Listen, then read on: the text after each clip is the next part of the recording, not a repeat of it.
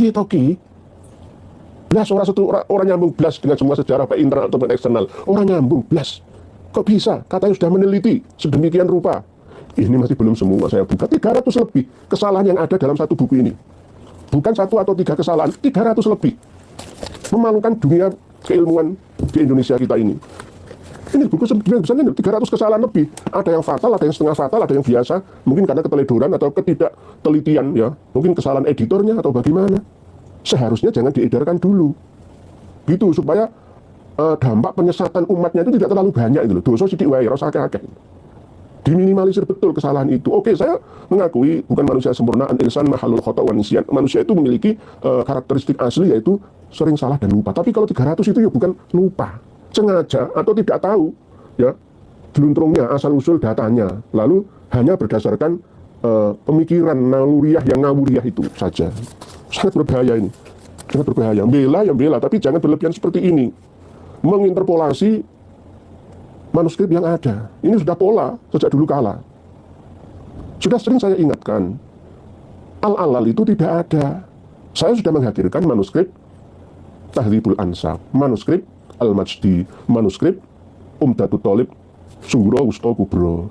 Sudah saya sampaikan juga manuskrip Al-Masyra' yang asli, manuskrip Syamsul Zuhira, dan manuskrip-manuskrip yang lain. Nggak ada al-alal itu, nggak ada. Tapi masih tetap bersikukuh berdasarkan kemungkinan ya Habib Alwi bin Thohir Al-Haddad yang mengarang Uqudul Almas. Padahal Uqudul Almas sendiri saya periksa itu ada lebih dari 25 ad-dalal, ad-dalal, dan ad-dalal. Terus ngambilnya dari mana? Ya mungkin berdasarkan Salim bin Jintan yang memiliki penyakit malikulia itu dijadikan pegangannya. Ini memalukan, sangat-sangat memalukan. Bagaimana Sayyid Murtadha Az-Zabidi yang begitu alim, alamahnya diklaim mengarang kitab Ar-Raudhul Jali fi Nasabi Bani Alawi yang selegence tumbang tindih ya, nggak teratur tapi isinya ngawur itu. Nggak mungkin beliau itu ngarang seperti itu, walaupun pada waktu itu beliau sedang menderita sakit corona di Mesir sampai menjelang ajalnya, tapi tidak sebegitunya lah. Ini namanya dompleng nama besar seorang pengarang kitab Ithafus Sadah Al-Muttaqin yang mensyarai kitab Ihya Ulumuddin itu.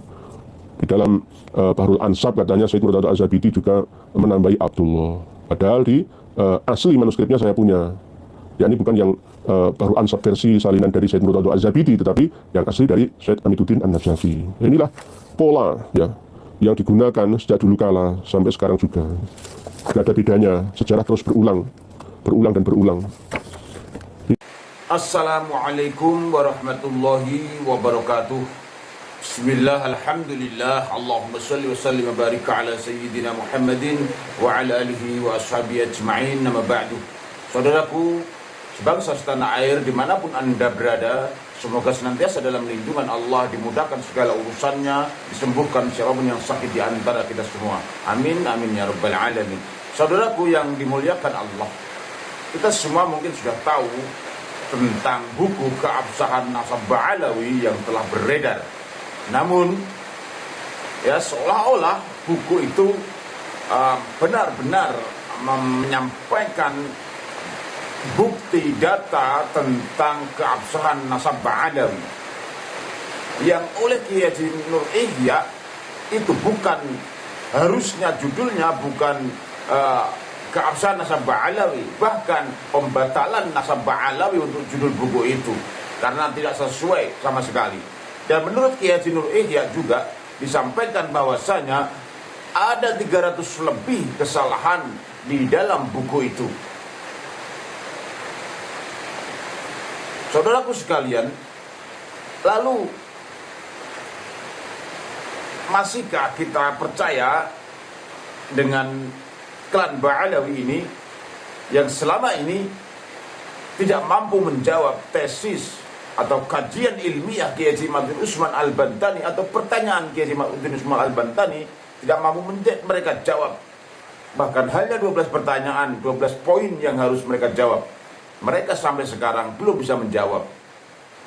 Buku kemarin yang beredar yang harusnya bisa menjawab pertanyaan Kiai Haji Ma'ruf Usman Al-Bantani, namun hanya framingan dan dibongkar oleh beberapa kiai bahwa itu buku penuh kesalahan ya, atau kebohongan yang disengaja atau memang tidak tahu, ataukah memang sebenarnya memang kesengajaan untuk berbohong. Dan anehnya 9 kiai yang menulis kata pengantar di situ, para ulama-ulama di situ, apakah tidak membaca isinya terlebih dahulu untuk menulis kata pengantar di buku itu? Oke, saudaraku sekalian, di video kali ini mari kita lihat beberapa kesalahan-kesalahan di buku itu yang dibongkar oleh channel Santri Gunung, ya, dengan pelan dan sangat bisa kita pahami. Oke, mari kita simak bersama-sama ya, saudaraku sekalian. Dalam kesempatan ini, saya pastikan bukan dalam rangka kurang ajar kepada siapapun ketika menyampaikan sebagian analisa saya terhadap isi dari buku yang sudah mendapat apresiasi dari berbagai ulama yang titelnya double-double. Yang poin pertama itu yang perlu sahabat tahu adalah bahwa buku ini secara umum dapat disebut sebagai buku rangkuman atas jawaban-jawaban kepada bukunya Kiai Haji Imaduddin dan juga narasi-narasi beliau ya. Karena saya melihat narasi maupun data yang disampaikan itu tidak jauh berbeda dengan jawaban-jawaban sebelumnya, baik jawaban dari Gus Rumel Abbas melalui bukunya berjudul Menakar Pembatalan Kesohihan Ba'alawi dan tulisannya di situs-situs internet yang lain. Maupun ini ya, bukunya Habib Hanif Al-Atos yang berjudul Risalah Ilmiah Jawaban Atas Syubhat Imaduddin Utsman seputar keabsahan nasab Ba'alawi. Tidak jauh berbeda dari itu, sahabat. Bedanya, di buku yang sudah diberi pengantar oleh berbagai tokoh ini, ada imbuhan mengenai tes DNA dan pembahasan panjang sekali mengenai Kiai Haji Imaduddin. Bahkan dari 500 lebih halaman yang ada, itu banyak sekali, bahkan ya bisa kita hitung ada 50%-an lah. Itu sebagian itu hanya memberikan komentar-komentar kepada narasi-narasi Kiai Haji Imaduddin. Misalnya tentang Mufti Yaman, tentang Said Mahdi Ar-Rajai dan yang lain sebagainya. Dan sejujurnya saya membaca buku ini tuh lebih menikmati sebagai ulasan perjalanan isu nasab yang sudah berjalan selama kurang lebihnya 2 tahun ini ya. Karena data yang ditampilkan di sini itu tidak jauh berbeda dengan yang sebelum-sebelumnya. Dan seperti yang sebelumnya pula, data yang ditunjukkan di sini ya belum maksimal ya. Karena footnote yang tercantum masih banyak yang berbentuk dokumen pribadi. Ya, untuk lengkapnya sahabat, kalau mungkin punya silahkan itu dicari-cari. Nanti di situ banyak yang footnote-nya, referensinya masih berbentuk dokumen pribadi. Artinya kalau ini adalah konsumsi umum, sebetulnya tidak umum karena referensinya masih berupa pribadi dan yang tahu itu ya yang pribadi itu kan, seperti itu. Jadi repot kita mau menanggapinya. Ya masih ada semacam ini ya, rahasia-rahasiaan lah. Dan selanjutnya ini bahkan saya cukup penasaran sekali di halaman 27. Di sini disebutkan begini, ada nomor 1, As-Sayyid Hasan bin Muhammad Al-Alal Al-Husaini, beliau wafat 460 Hijriah. As-Sayyid Hasan bin Muhammad Al-Alal bin Ali bin Muhammad bin Ahmad bin Isa, wafat 460 Hijriah, bernasab sahih dan tertulis dari masa ke masa di semua kitab nasab sebagai buyut atau anaknya cicit dari Ahmad Al-Muhajir. Pada isnadnya, ini ada footnote 30, kita pahami, pada isnadnya, ya ini kan berarti isnadnya Sayyid Hasan bin Muhammad Al-Alal. Ia berkata, berarti As-Sayyid Hasan bin Muhammad Al-Alal, beliau berkata, perkataannya seperti ini, Haddasana Al-Hasan bin Muhammad Al-Alal, qala Haddasana Abul Hasan Ali bin Muhammad, dan seterusnya. Nah ini berupa manuskrip ada, berupa tulisan bawahnya ini juga ada. Dan footnote-nya nomor 30 kita lihat, di situ sumbernya dari Musnad Hasan bin Muhammad Al-Alal Makhtut. Nah ini kita pahami dulu sahabat, ini kita samakan persepsi. Berarti tulisan yang ada di dalam manuskrip berupa gambar ini itu sumbernya dari kitab Musnad Hasan bin Muhammad Al-Alal, bentuknya masih makhtut kan gitu. Maksud saya seharusnya kalau redaksi ini adalah perkataan Hasan bin Muhammad Al-Alal dan ada di dalam kitab Musnad Hasan bin Muhammad Al-Alal, bentuk kitabnya masih makhtut, masih berupa manuskrip, redaksi awalnya kan tidak mungkin Haddatsana Al-Hasan bin Muhammad Al-Alal telah berkata kepadaku Hasan bin Muhammad Al-Alal. Lah Hasan bin Muhammad Al-Alal ini kan dia sendiri. Masa iya Hasan bin Muhammad Al-Alal menulis kitab tapi dapat kabar dari dirinya sendiri?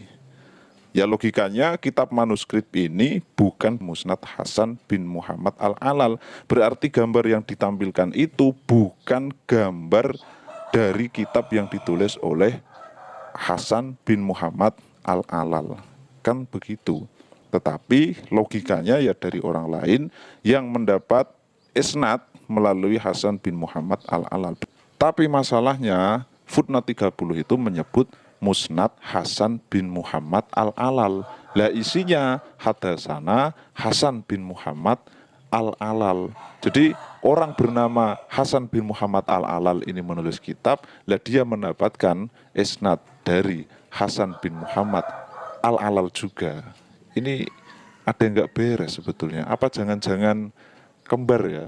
Jadi penulis kitabnya adalah Hasan bin Muhammad Al-Alal. Dia mendapatkan isnad ya dari Hasan bin Muhammad Al-Alal. Tapi kok nggak gitu kayaknya. Ini kan betul-betul ada yang nggak beres. Ini bukan masalah apa-apa sahabat ya. Tapi ini kan buku yang sudah matang, digodok oleh tim. Sudah ditaskehkan, sudah dipengantar banyak sekali ulama-ulama. Ya saya benar-benar muskil untuk masalah ini. Karena nanti hubungannya adalah dengan bukti sezaman atau yang mendekati sezaman. Ada kitab pada abad ke berapa itu 460 itu. Tahun 460 berarti abad ke pertengahan 5 Hijriah. Kan seperti itu. Sekian wallahu a'lam bishawab. Ihdinas siratal mustaqim. Assalamualaikum warahmatullahi wabarakatuh. Ini saya masih melanjutkan pembahasan buku yang disusun oleh tim Persatuan Umat. Yang kelihatannya tim Persatuan Umat ini tidak bisa bersatu dengan Wahabi. Hal ini terlihat jelas ketika Kiai Haji Imaduddin mulai di halaman 373 ini dan seterusnya telah di-framing. Beliau telah di-framing sebagai promotor ulama Wahabi. Bahkan di halaman 380 ini ada redaksi seperti ini. Jadi, diakui atau tidak, Imaduddin telah berjasa mengangkat derajat dan mempromosikan ulama Wahabi Timur Tengah, bahkan dengan sengaja membungkus mereka secantik mungkin agar para pengikutnya percaya bahwa ulama yang ia jadikan rujukan adalah ulama aswaja yang kredibel dan kompeten di bidangnya. Sepanjang pengetahuan penulis, hanya Imaduddin satu-satunya Kiai NU yang mengaswajakan ulama Wahabi. Ya, sehingga saya punya usul itu gini, sahabat. Nama timnya itu diganti saja dengan tim ini ya, pembenci umat sono atau tim framing Kiai Imad promotor Wahabi. Ya. Enggak. Bercanda sahabat, ya, bercanda.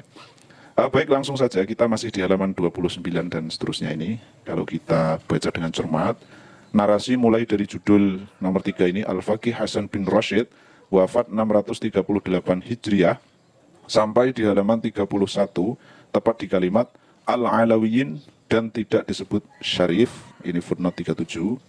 Sebenarnya bisa dipahami dengan jelas betapa sulitnya menemukan bukti sezaman yang dulu sempat ditolak tapi tetap diusahakan ada.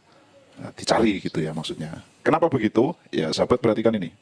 Pertama-tama, kita itu digiring terlebih dahulu untuk memahami bahwa sosok bernama Al-Faqih Hasan bin Rashid, wafat 638 Hijriah, merupakan salah satu murid dari Ali bin Muhammad bin Jadid.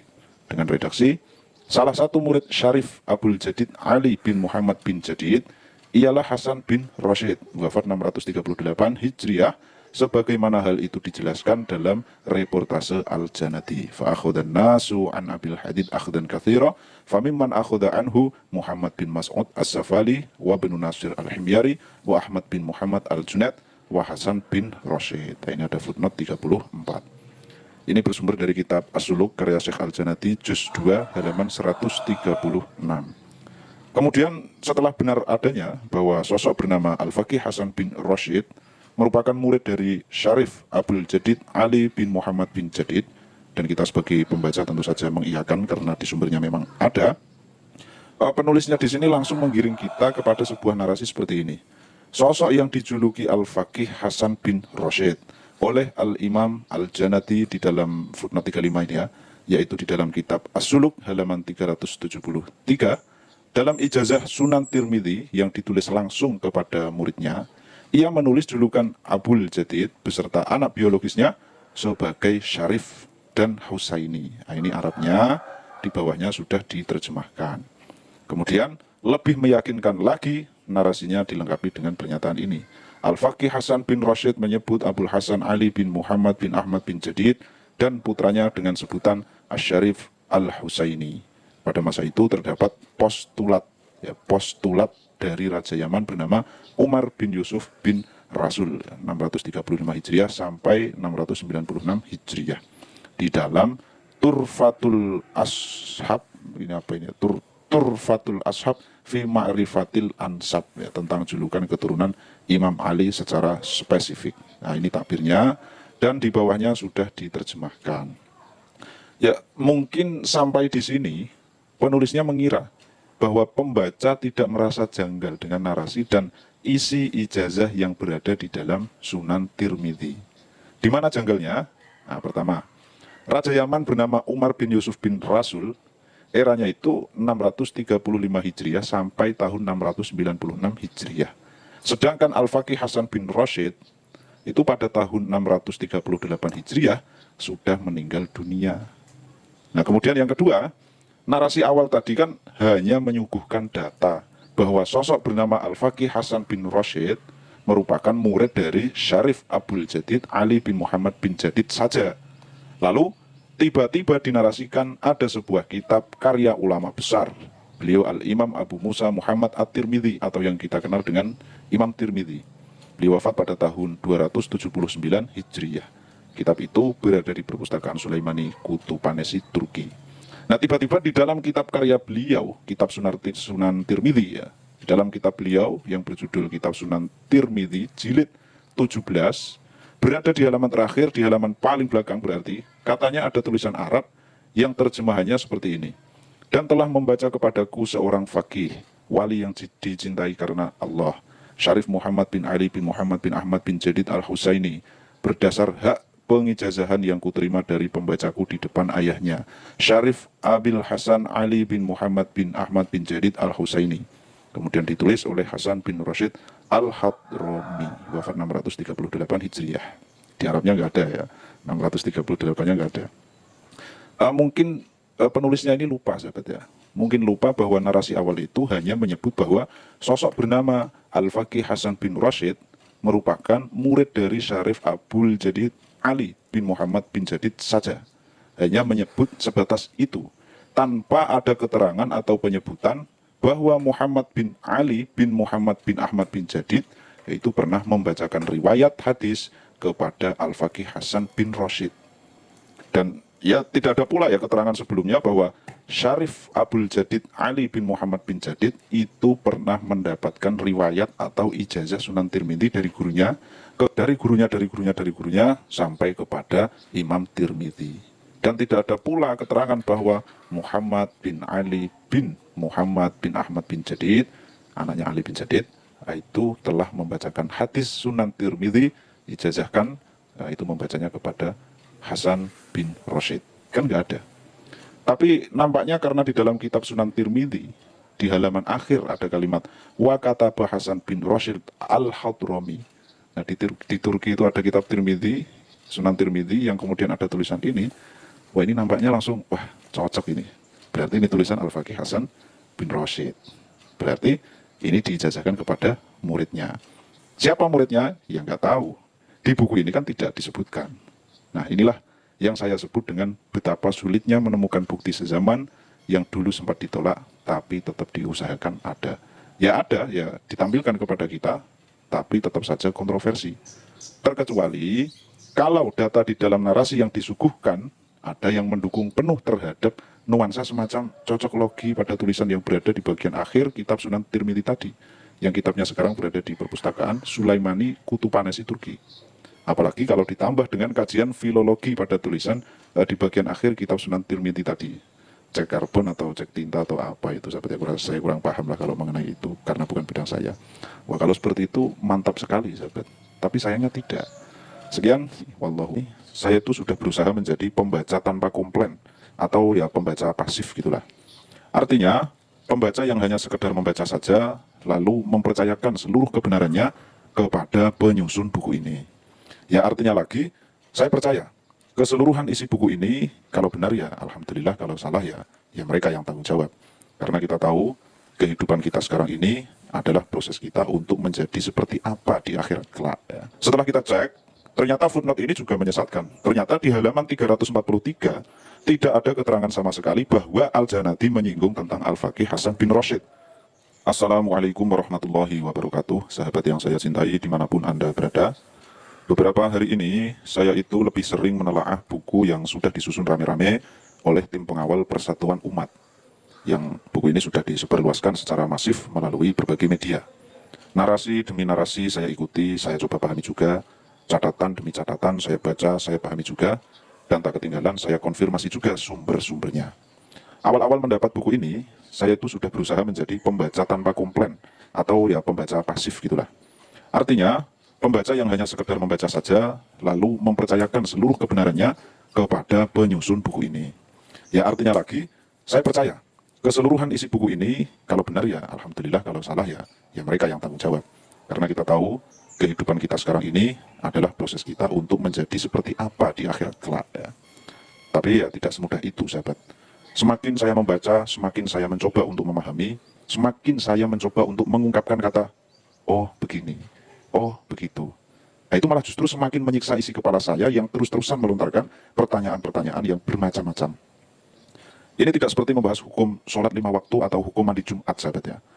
Tapi ini sedang membicarakan masa lalu yang jaraknya begitu panjang, yang begitu lama, yang semua orang yang hidup di masa sekarang ini, semuanya tidak ada yang tahu persisnya seperti apa.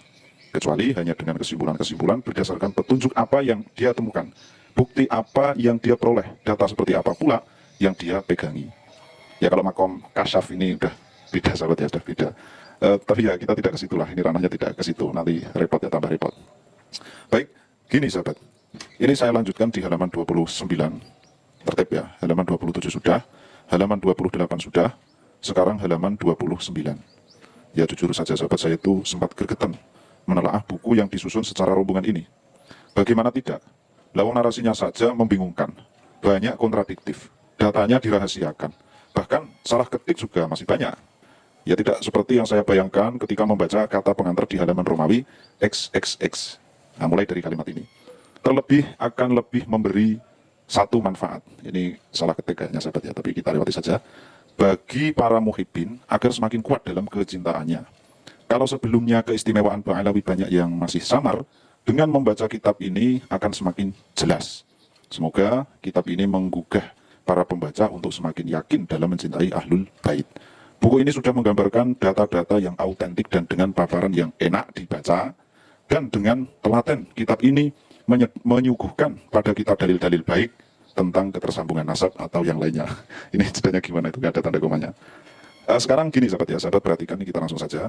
Perhatikan ini adalah halaman 29. Di kesempatan ini, saya akan bahas hal-hal kecil terlebih dahulu. Untuk bagian narasi dan yang lainnya, ya insya Allah saya akan sampaikan di kesempatan yang lain. Kita mulai dari sini. Nomor 3. Al-Faqih Hasan bin Rashid wafat 638 Hijriyah. Salah satu murid syarif Abul Jadid, ya, Ali bin Muhammad bin Jadid, ialah Hasan bin Rashid wafat 638 Hijriyah. Sebagaimana hal itu dijelaskan dalam reportase Al-Janadi. Fa'akhudan nasu an abil hadid akhdan kathira famimman akhda anhu Muhammad bin Mas'ud as-Safali wa bnu Nasir al-Himyari wa Ahmad bin Muhammad al-Junaid. Terus wa Hasan bin Rashid. Di terjemahannya di sini diteruskan para intelektual muslim waktu itu banyak yang belajar kepada Syarif Abil Jadid. Di antara mereka ialah Muhammad bin Mas'ud al-Safali, kemudian Ibnu Nasir al-Himyari, Ahmad bin Muhammad al-Junaid dan Hasan bin Rashid. Nah, ini sahabat perhatikan di bagian Arabnya. Setelah kalimat Hasan bin Rashid, itu ada catatan kaki footnote nomor 34. Kita lihat apa isinya. Ini footnote 34 ya. Ini bersumber dari Bahauddin Al-Janadi As-Suluk fi Tabaqatil Ulama wal Muluk. Ini kitabnya.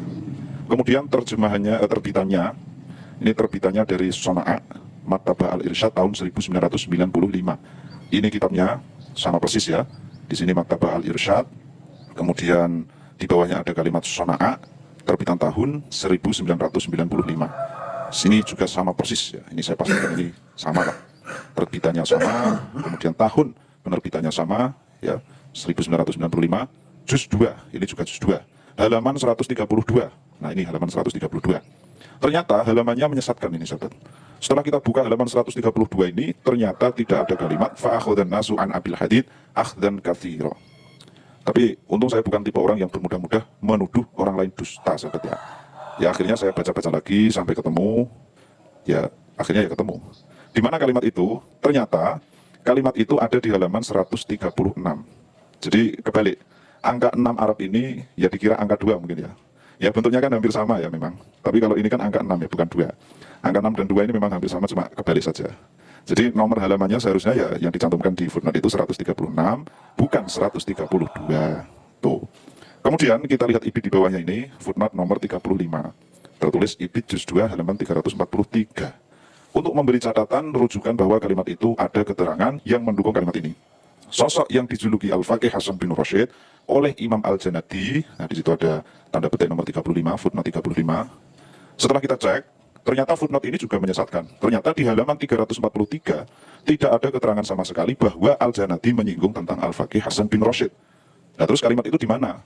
Ya saya cari lagi di halaman-halaman yang lain. Dan akhirnya ketemu.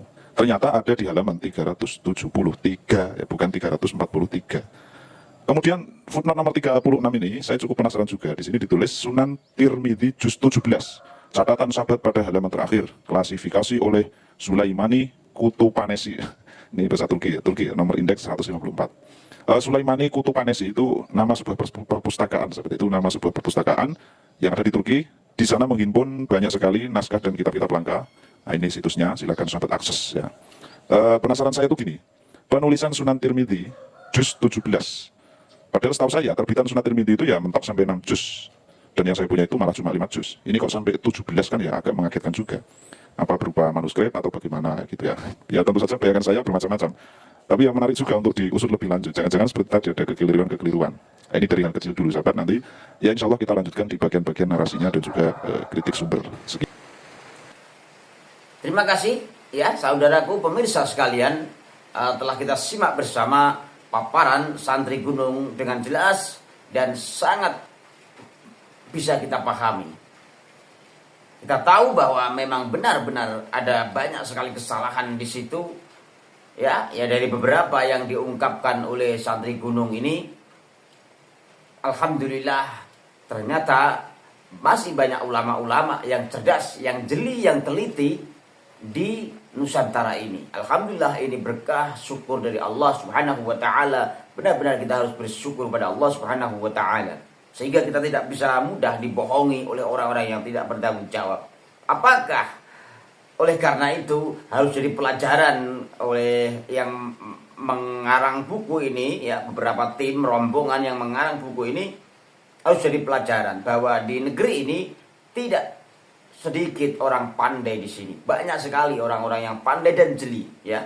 Jadi jangan dianggap negeri ini masyarakatnya banyak yang bodoh ya. Oke.